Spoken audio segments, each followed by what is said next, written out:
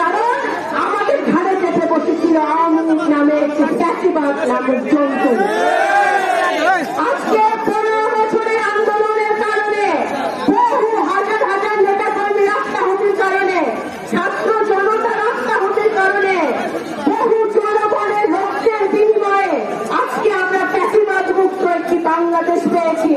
যে বাংলাদেশে আজকে এই নববর্ষ অত্যন্ত গুরুত্বপূর্ণ তাৎপর্য বহন করে।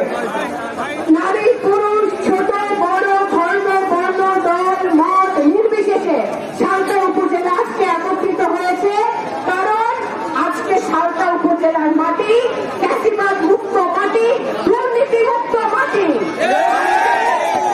এই সালতা উপজেলাকে যদি ফ্যাসিবাদ মুক্ত রাখতে হয় তাহলে ফ্যাসিবাদের দোষরদেরকেও এই সালতা উপজেলার থেকে দূরে সরিয়ে রাখতে হবে।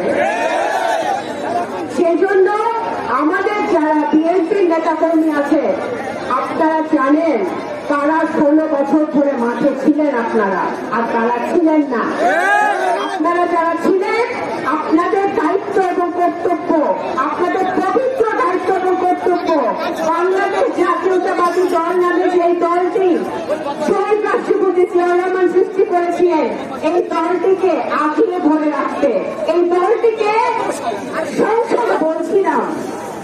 আমাদের এখানে হাজার হাজার জনগণ এসছে, কিন্তু যদি একটি সুন্দর প্রোগ্রাম নষ্ট করার জন্য একটা লোকই যথেষ্ট, এবং একে একার দোষর বের করতে হবে।